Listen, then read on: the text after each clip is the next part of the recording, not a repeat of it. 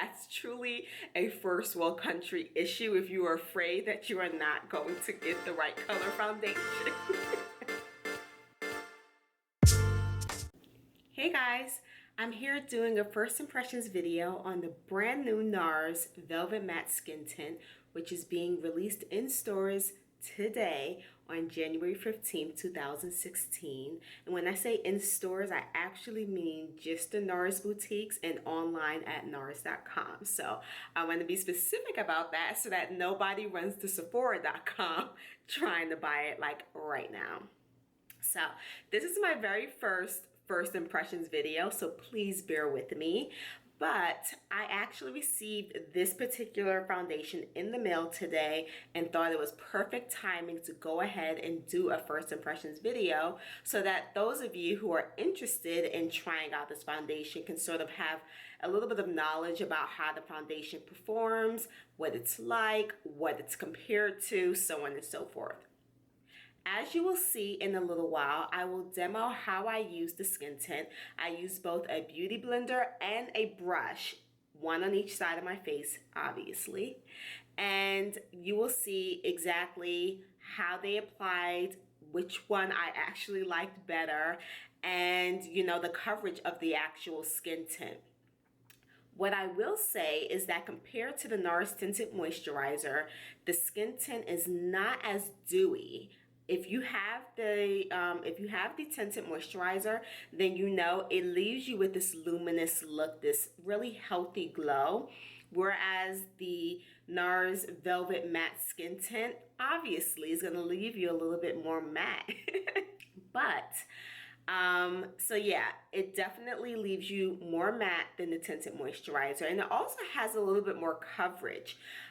In the demo, you will see that I first applied one layer and then I went on in to apply a second layer, which I had absolutely no trouble doing.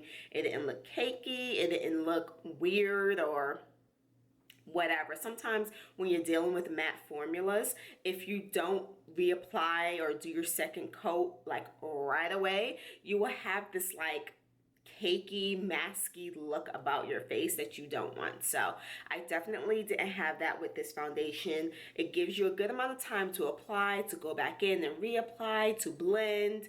So let's talk a little bit about the actual foundation. The packaging, as you can see, is a little bit different than the normal packaging. I shouldn't say the normal packaging. It's a little bit different from the tinted moisturizer packaging. The tinted moisturizer is the short, wider packaging, and I guess they wanted to give it a makeover, and it's nice and slender now and tall looking.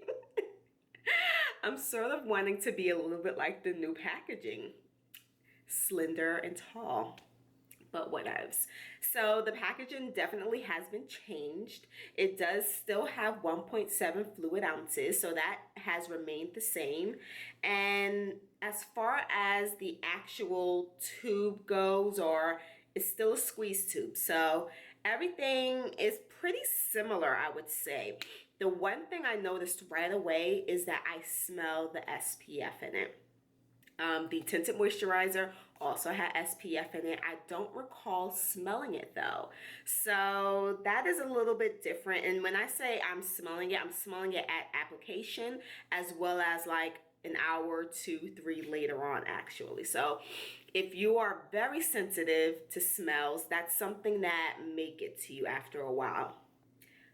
Another thing that I really liked was that I was able to get the exact same color that I wear in the tinted moisturizer and not worry.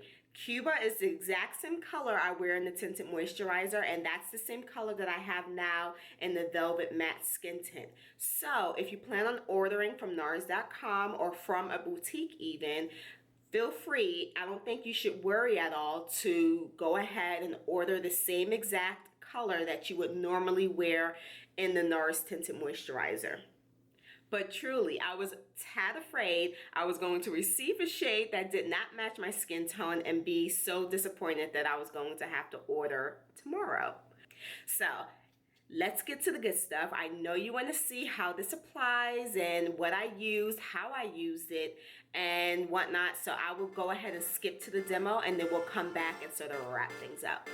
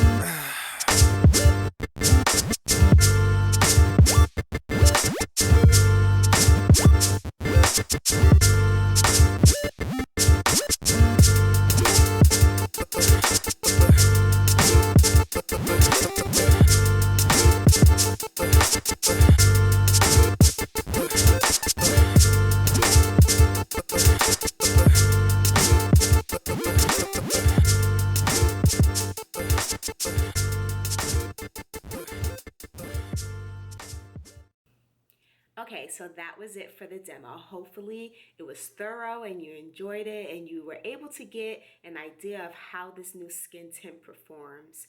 As far as the application goes, as you can see, I applied it with both a beauty blender and a makeup brush. But as you saw in the demo, I preferred the beauty blender hands down. I feel like the makeup brush gave it a streaky look, and that could very well be the makeup brush that I used. But I just felt like the beauty blender gave it a more natural look and also allowed me to apply more in certain areas if I needed it. As far as longevity goes, I don't think that this is going to be a foundation that I can wear without any powder. Although I did apply the rest of my makeup without using any powder because I wanted to see how the actual foundation performed. Within an hour or so, I was able to start seeing that I was glowing in certain areas, specifically my T-zone. So if you're an oily girl like myself, then go ahead and use your powder, especially in your T-zone, or else you're going to be lit. Without a doubt, especially come summertime. Right now in the winter, you might actually be able to get away with it because it's so cold outside, but come summer, you are going to need your powder for this. But again, that's not any different from the NARS Tinted Moisturizer. I needed a powder with that as well. So yeah, I hope you enjoyed this first impressions video on the new NARS Velvet Matte Skin Tint. Again, it hits NARS Boutiques as well as NARS.com on January 15th. And if you are looking to purchase it from Sephora or a department store, you are unfortunately going to have to wait a cute 2 weeks until February 1st. But in the meantime, feel free to go ahead, check out my blog at mycandyshop.com. If you are more of a reader and you want to get even more information on this foundation, feel free to take yourself right on over there and check out the blog for more information. Thank you guys for watching. See you next time. Bye.